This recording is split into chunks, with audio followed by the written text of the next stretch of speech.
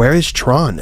By 1980, Encom was already one of the largest companies in the world. One of its employees, programmer Alan Bradley, realized that the grid, a massive company program, didn't have a good defense system. Bradley understood that he needed to create a defense program, an antivirus that could protect users from internal and external threats. It was from this need that TRON was born, the Guardian program that defended the interests of the users on the grid. What's the project you're working on? Well, it's called TRON. It's a security program itself, actually. It monitors all contacts between our system and other systems. Finds anything going on that's not scheduled, it shuts it down. TRON was the best warrior on the grid, a natural strategist, tactician, and leader. But he was not a neutral program. He always fought on behalf of the users, and did so until Kevin Flynn's actions began to corrupt him. TRON's friend's deception led the Guardian of the Grid to become the very thing he was created to fight against. Hey, who's that guy? That's TRON. He fights for the users. Kevin Flynn was betrayed by his creation, Clue. This betrayal didn't happen overnight. It was Flynn's frequent absence that led to this outcome. Flynn spread himself too thin between the development of the grid and his responsibilities at Encom and his family. His overconfidence disappointed both his families, in the real world and within the grid. In the comic, TRON Betrayal, TRON tries to rationalize Flynn's actions after Kevin lied to him and Clue right to their faces. TRON's tragic downfall began with a gradual change in beliefs. When Clue betrayed Flynn, he attacked TRON, who after nearly losing his life, attempted to find a successor, but he eventually fell into Clue's hands and was turned into Rinsler. The TRON everyone knew had disappeared. His colors changed from blue to orange, from hope and freedom to control and authoritarianism. Then Sam Flynn's arrival on the grid and Kevin coming out of hiding to fight Clue reignited something that had been extinguished in TRON, his drive to fight for the users.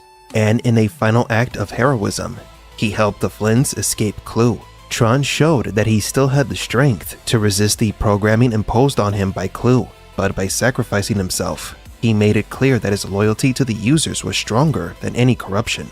That final gesture was proof that even though they tried to subdue him, TRON never ceased to be a protector. I fight for the users. So what happened to TRON? TRON fell into the sea of simulation. As he sank, we saw his colors change, as if he were being cleansed. Will the hero be reborn from the sea of simulation, or is the sea his grave? To understand what happened to TRON, one must first understand what the sea of simulation is. The sea of simulation is more than a digital environment. It is the definitive frontier between the artificial and the unknown, the edge before oblivion. In appearance, it is a vast expanse of liquid light and pure code, an endless ocean that surrounds and delimits the grid. It is said that the essence of the system, the oldest code, flows within the waters, almost as if it were the origin and end of all digital life. Despite its importance, the sea is shrouded in mystery, a territory that neither users nor programs have fully understood. Throughout the history of the grid, it is known that programs can traverse above the sea and even swim in its shallow edges.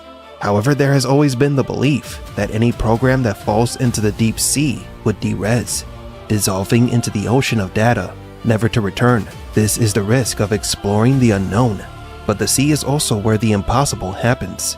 From the sea of simulation emerged the ISOs, spontaneous programs that were not created by any user. They emerged naturally, a life born from the unknown. The ISOs were a miracle for some, but a threat to others, as their existence defies everything known about digital creation. Over time, the sea was polluted, poisoned by the fear and control Clue sought to impose, intent on eliminating any further anomaly that might challenge his regime. The sea of simulation is similar to the Earth's ocean, which operates within the limits of the digital and the unknown. When TRON falls into the sea, what was supposed to happen doesn't happen, because TRON isn't just any program. Any other program upon falling into the waters would have de-resed, but TRON didn't. He was cleansed. Now how can Ares be TRON?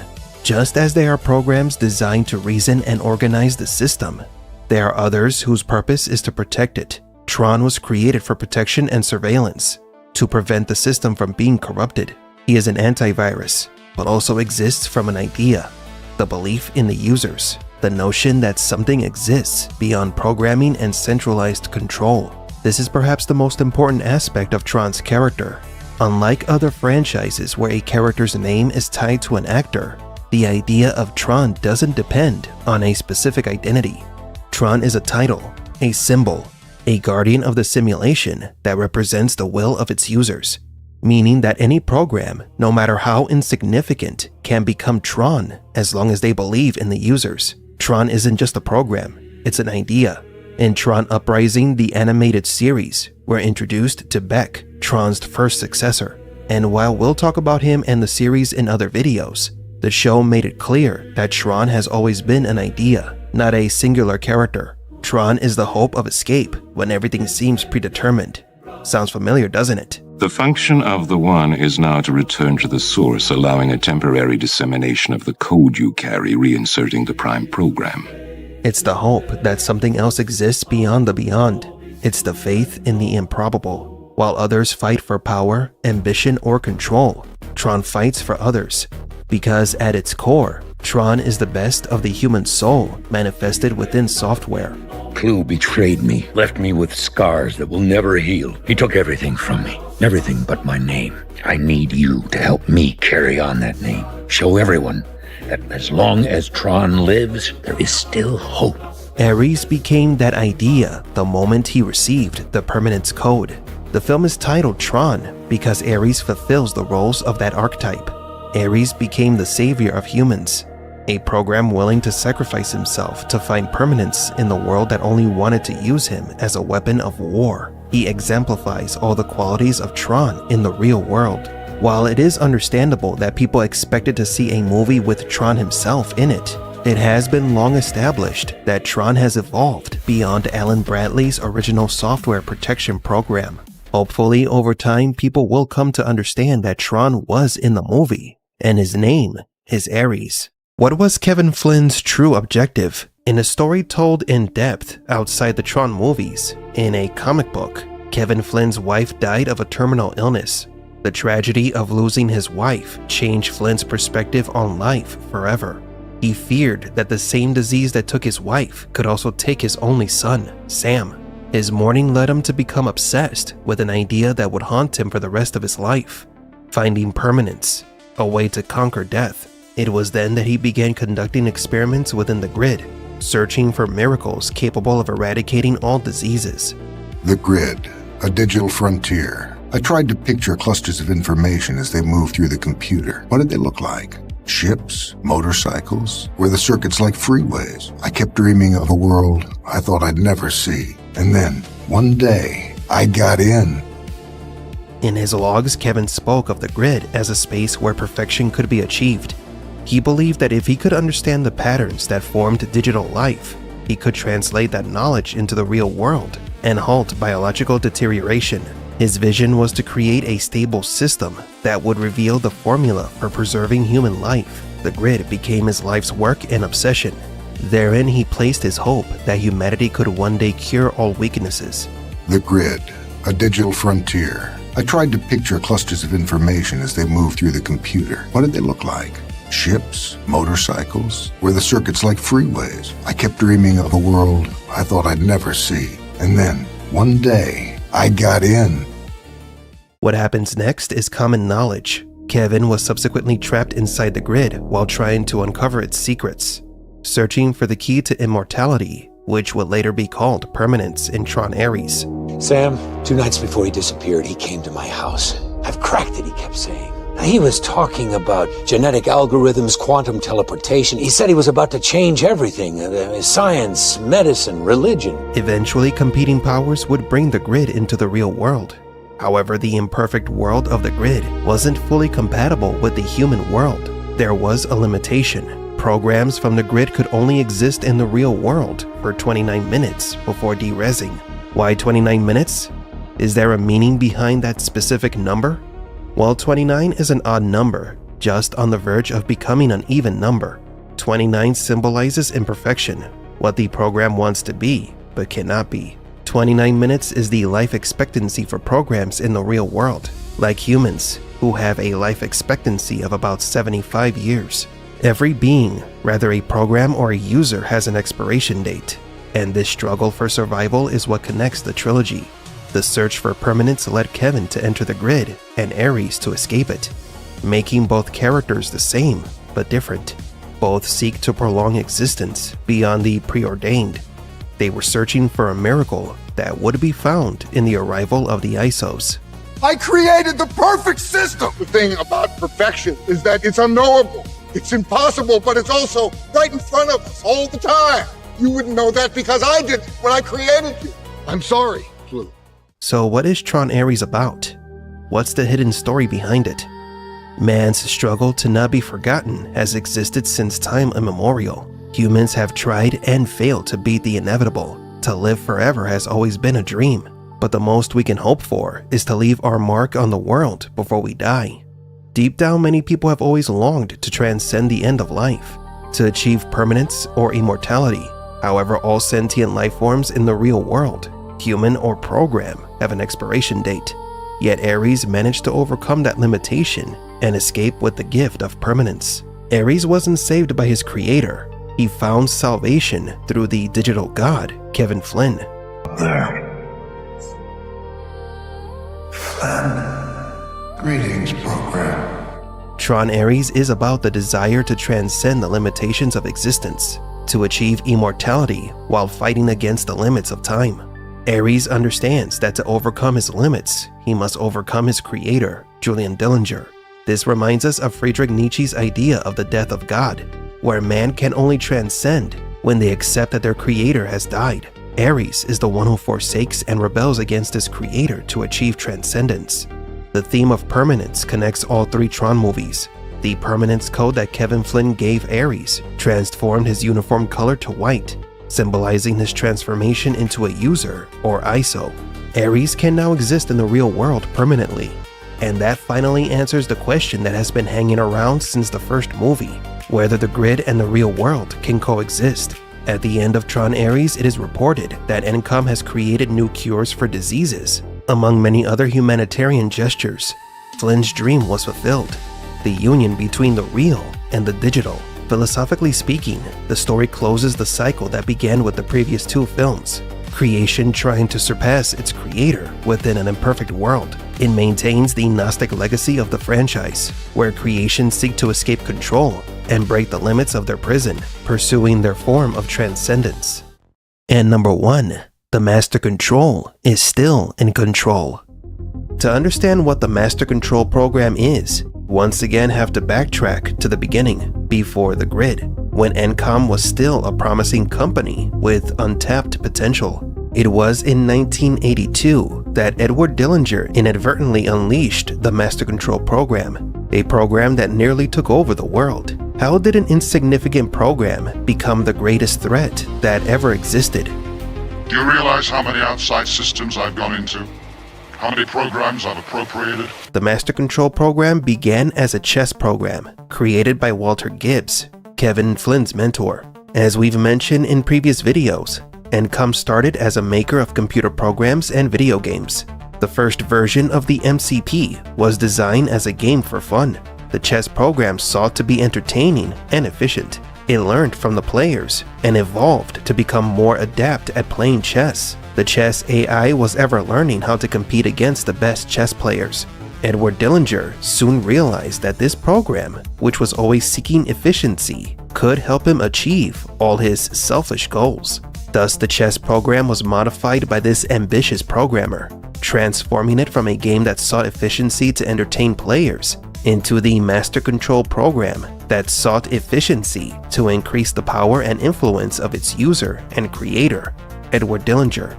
The program grew in efficiency by testing and assimilating other inferior programs that it hijacked from other companies, but Dillinger's digital masterpiece eventually blew up in his face. He foolishly believed that the Master Control would always remain under his control, but with every program that the MCP absorbed, its intelligence and individualism grew. Every program in the world of TRON is a mirrored image of its creator, and so it was inevitable that Master Control would mirror the darkness of Dillinger's soul. Users wrote us. A user even wrote you. No one user wrote me. I'm worth millions of their man-years. The grid was in chaos once the MCP took control of it. Programs were forced to compete against each other without any logic order. This led to poor overall performance on the grid, and it was then that the MCP forced a new order, a single system focused on total efficiency. But efficiency was never the real goal. Although the MCP was reprogrammed to seek efficiency and control of the grid, Dillinger's modification or overwrite of the program served a more dangerous purpose: to help him climb the ranks within ENCOM, no matter the risk. The task was clear: find the best programs and secretly add them to Dillinger's private files. In other words, Dillinger created an artificial intelligence capable of absorbing ENCOM's collective creativity and consolidate it efficiently. Thanks to the MCP's sales, finance, and marketing strategies, Dillinger quickly rose in his position within the company. The most perverse thing of all is that every time the MCP stole a program, it erased all evidence of its original creator, which is what Dillinger did to Kevin, who kept telling people that he was the creator of the world's most famous video games, but no one believed him. The MCP took the programs and repurposed them inside its totalitarian system of control, with no past and no individualism. Over time, the MCP became dissatisfied with the programs within its grid and demanded to be let loose so it could absorb the world's military defense systems. Furthermore, the belief in users within the grid was outlawed by the MCP. Users are entities impossible to control and impossible to understand. Are you a user? They were the source of creativity, yes, but their influence was disruptive and unpredictable, and the MCP understood this better than anyone. That's why it decided to act behind its creator's back. In the final battle against the MCP in TRON, Flynn dives into the MCP, and the program's color changes from red to blue, suggesting that Dillinger's corruption over the program was no longer in effect. Flynn gave TRON the window of opportunity to destroy the MCP. But in my last video, I briefly mentioned that the MCP might still be alive and in contact with Edward Dillinger's son, based on this clip from a video found in the TRON Legacy Blu-ray. He may not be his father, but he's still a Flynn. Don't underestimate him. End of line. This means there are parts of the story we don't know yet. The Master Control program still exists, and the Dillingers are still its pets. Julian could continue in the footsteps of his predecessors, serving the MCP. The moment he entered the grid, took the red identity disk, and became Sark, he became a minion of the MCP, the program that remains hidden in the shadows of the grid. Edward Dillinger Jr., seemingly the only competent employee within ENCOM in TRON Legacy, had to have been following his father's footsteps, using Kevin Flynn's programs to feed a monster that was thought long gone, the Master Control program. I feel a presence. Another warrior is on the mesa. We all saw when the MCP went from black to blue and then exploded, but there's a major detail that many have forgotten. The MCP was originally a chess program that Ed Dillinger stole and modified. Remember the time we used to spend playing chess together? He did it once, he could do it again, maybe even making multiple copies of the AI. The TRON Legacy Blu-ray bonus feature confirms this suspicion. Edward Jr. was dangerously close to the ENCOM systems and the grid, and in one of the bonus clips, he is speaking directly to the Master Control program, which warns him to not underestimate Sam Flynn.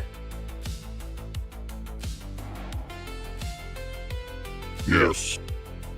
There must be a problem.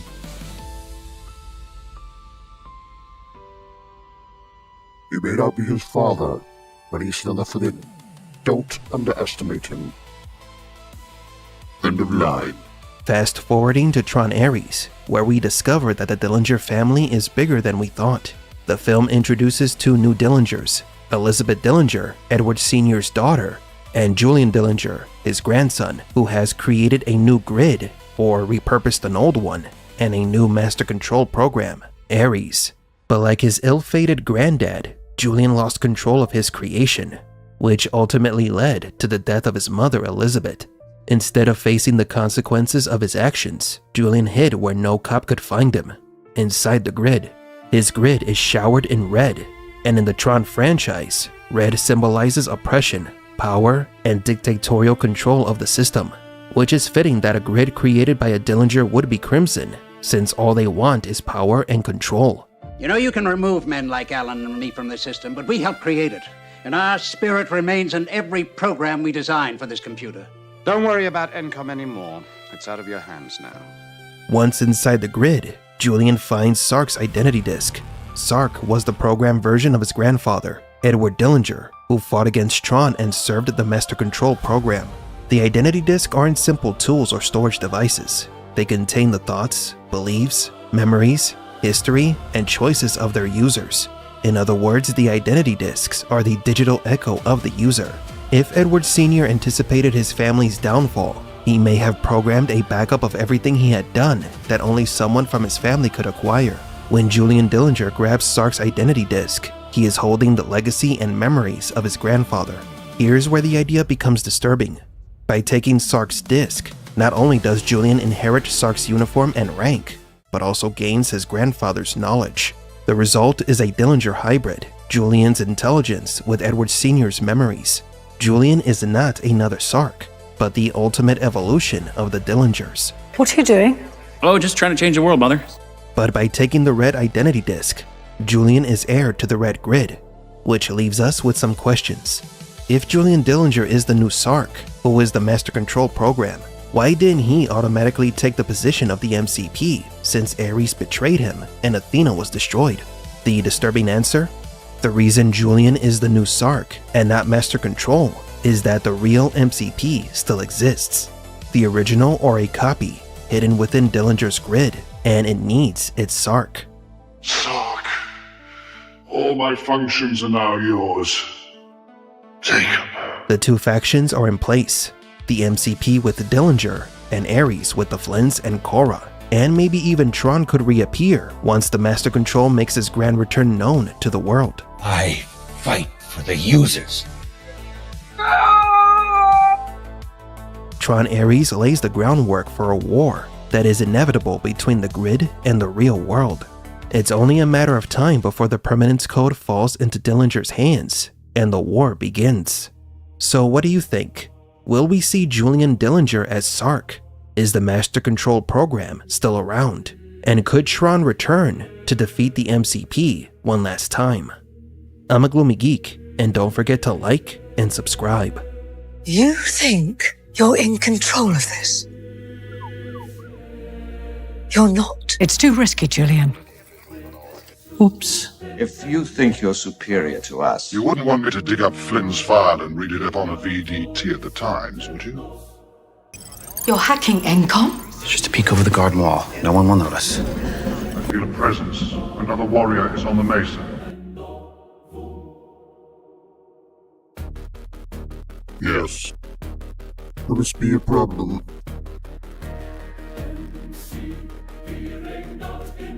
You may not be his father, but he's still a Flynn. Don't underestimate him. End of line. Sark, all my functions are now yours. Take them.